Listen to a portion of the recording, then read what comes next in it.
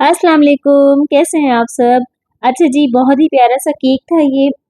इसमें जो है ये जो थीम थी ना, ये डक थीम थी और जो जिन्होंने मुझे ये ऑर्डर दिया था वो बात काफ़ी ज़्यादा जो है ना वो परेशान थी कि डक्स को बहुत नीट बनाइएगा, केक बड़ा अच्छा बनाइएगा और उनको फ्लेवर जो है वो चॉकलेट ही मैंने रिकमेंड किया था। क्योंकि काफ़ी दूर इनका जहाँ पर मुझे डिलीवर करना था, ये मेरे एरिया से अच्छा खासा दूर था। तो ज़ाहिर-सी बात है जब हम डिलीवर करते हैं तो हम लोग चॉकलेट फ्लेवर को ज़्यादा प्रेफ़र करते हैं। वैसे तो अल्हम्दुलिल्लाह सारे फ्लेवर्स अच्छे होते हैं, लेकिन ये है कि ये ज़्यादा स्टेबल रहता है। तो इनसाइड फ्लेवर जो है चॉकलेट गिनाश ही था। अच्छा जी, अब आ जाते हैं मेरे जो प्यारे-प्यारे से न्यू सब्सक्राइबर्स आए हैं, मैं उनको बताना चाहती हूँ, जिनके काफ़ी सारे मेरे पास कमेंट्स आए थे और बहुत माज़रत कि मैं थोड़ा-सा बिज़ी थी, ऑफ लिया हुआ था, तो मैं आप लोगों को रिप्लाई नहीं कर सकी थी। मेरे पास मैसेज आया था हिना का। हिना फैज़ ने कहा था कि आप कौन-सी बटर क्रीम यूज़ करती हैं? तो मैं आप लोगों के साथ व्हाइट चॉकलेट बटर क्रीम की रेसिपी शेयर कर चुकी हूँ।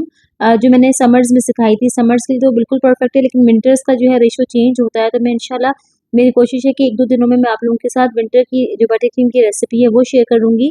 तो आप लोगों को बड़ा अच्छा आसान हो जाएगा और अगर आप लोगों को white chocolate butter cream winters में नहीं बनानी, तो मैं दूसरी बटर क्रीम्स की रेसिपी भी आप लोगों के साथ विंटर्स के लिए शेयर करूँगी, जो बहुत आसान होगी और आप लोगों को भी बहुत आसान हो जाएगा करना काम।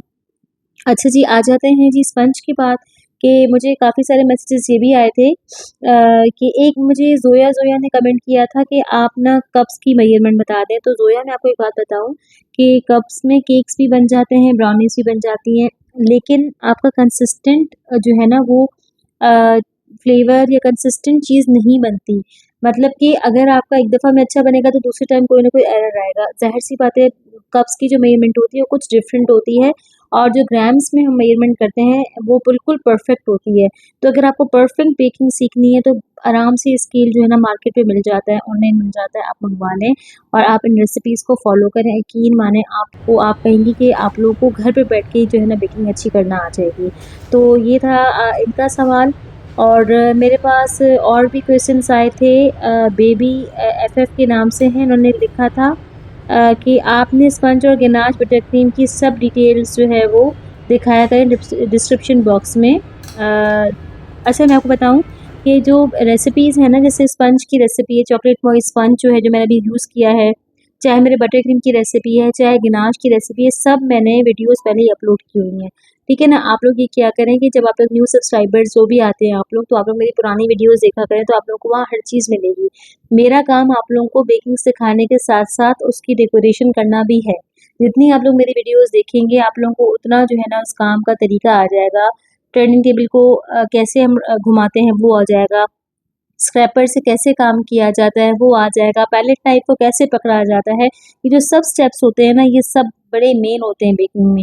और हमारे जो मेरे जो सारी जो गलतियाँ होती हैं ना मैं वो भी अपनी वीडियोज़ में बता रही होती हूँ कि मेरे से इसमें ये हो गया, इसमें ये हो गया। अभी इस केक में भी आप लोग देखिएगा कि मैंने एक बड़ी बेवकूफ़ी कर ली थी और जिसके बाद में जो है वो मैंने उसकी करेक्शन कर ली थी।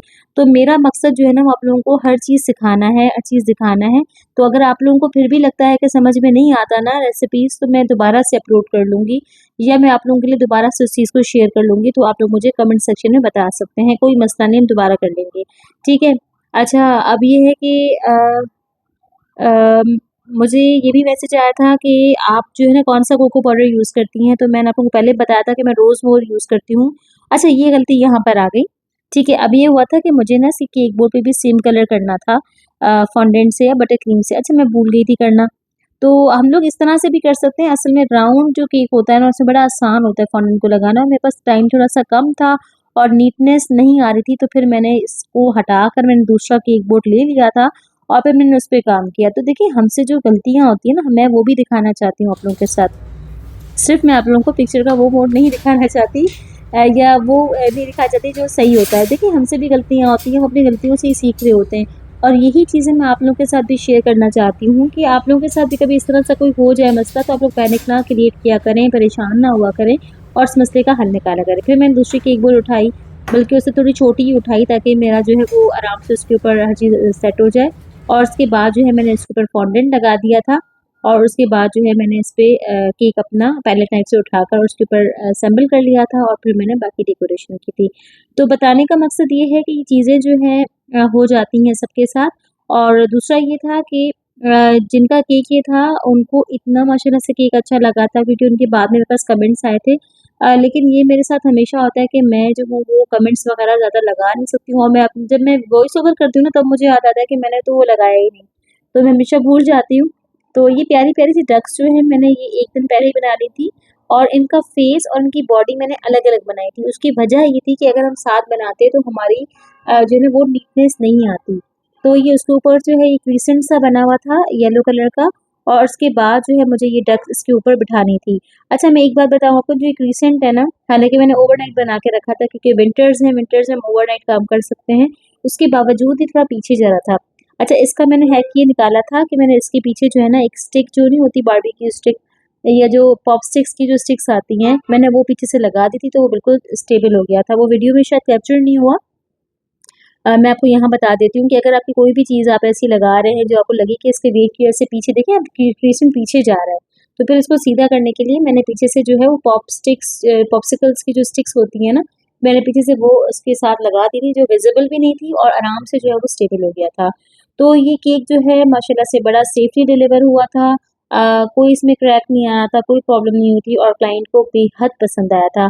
आप लोग ज़रूर मुझे कमेंट सेक्शन में बताइएगा कि आप लोगों को ये प्यारी सी क्यूट सी डक्स जो मैंने बनाई है। मैंने फर्स्ट टाइम ही डक वाला केक बनाया, मुझे बड़ा शौक था कि मुझे इस तरह का कोई डिज़ाइन मिले और लकीली मुझे मिल गया। क्योंकि एक क्लाइंट ने मुझे मैसेज किया था डक थीम पर फिर उनका मेरे से नहीं बात सेट हुई थी कुछ शायद पता नहीं क्या था। तो अच्छा उन्हीं दिनों में फिर मुझे ये ऑर्डर आ गया। तो मुझे बड़ा अच्छा भी लगा कि चलें जो मेरी ख़्वाहिश थी वो पूरी हो गई। और बड़ा प्यारा-सा केक बना था। आप लोग ज़रूर कमेंट सेक्शन में बताइएगा कि आप लोगों को ये प्यारा-सा केक कैसा लगा और अगर आप लोगों को फिर भी मेरे स्पंज की रेसिपीज़ या गिनाश की रेसिपीज़ नहीं मिल रही तो मैं आप लोगों के लिए दोबारा इंशाल्लाह ताला जो है दोबारा मैं आप लोगों के साथ शेयर करूँगी। मैंने कपकेक्स की भी शेयर कर चुकी हूँ, मिनी कपकेक्स की भी, मॉइस्ट स्पंज भी, वनीला मॉइस्ट स्पंज भी, तो आप लोग ज़रूर देखें और अपना फीडबैक ज़रूर दिया करें। Thank you so much for watching the video. अपना बहुत ख़्याल रखिएगा। अल्लाह हाफ़िज़।